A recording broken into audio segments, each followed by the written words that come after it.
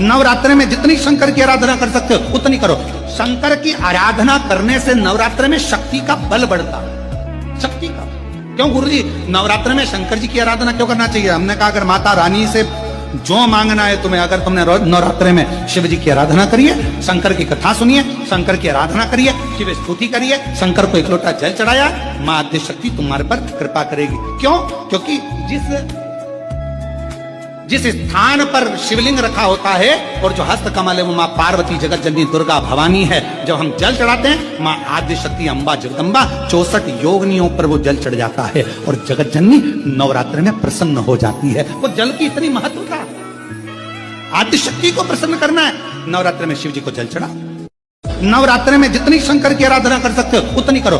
शंकर की आराधना करने से नवरात्र में शक्ति का बल बढ़ता, शक्ति का। क्यों गुरुजी नवरात्र में शंकर जी की आराधना क्यों करना?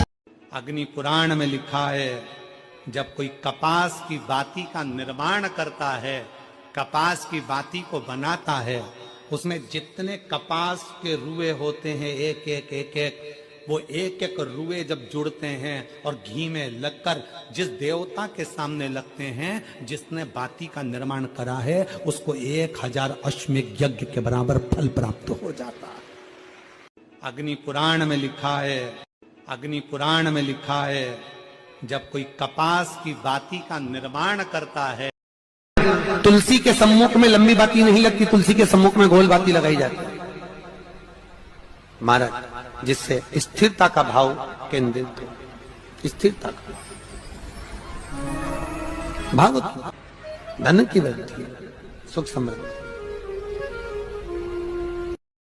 तुलसी के सम्मुख में लंबी बाती नहीं लगती, तुलसी के सम्मुख में गोल बाती लगाई जाती है महाराज, जिससे स्थिर। अमावस्या पड़ती है, चावल की कटोरी में एक कपूर का टुकड़ा रख दीजिए महाराज, छोटा सा, और कपूर का टुकड़ा रखकर उस कपूर को दरवाजे के बाहर कटोरी में ही, चावल रखी हुई कटोरी में ही उसको पितरों का स्मरण कर जला दीजिए।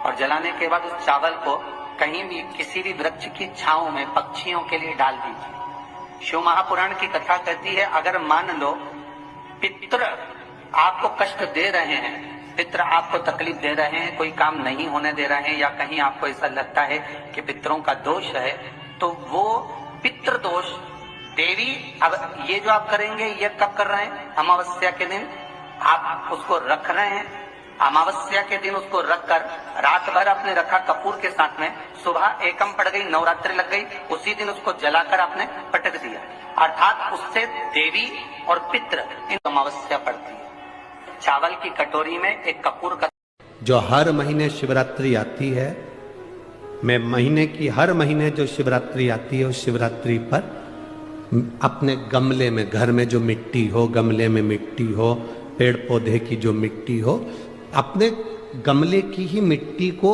वहीं पर ऊपर उठाकर उसी गमले के अंदर शिवलिंग बनाकर वहीं पर पूजन कर वहीं पर उसका विसर्जन कर दूंगी। उसका भी जो पुण्य है उतना ही मिलेगा जितना पार्थिव शिवलिंग के पूजन का। कोई नियम बना लो कि 1 महीने में एक बार मुझे पार्थिव बनाना, कोई नियम बना लो मैं 3 महीने में एक बार पार्थिव बनाऊंगी, कोई नियम बनाओ कि मैं 6 महीने में एक बार पार्थिव बनाऊंगी, कोई नियम बना लो कि मैं साल भर में एक बार, जो सावन के महीने में शिवरात्रि आती है, जैसा आप लोग सब ऑनलाइन बनाते ही हो,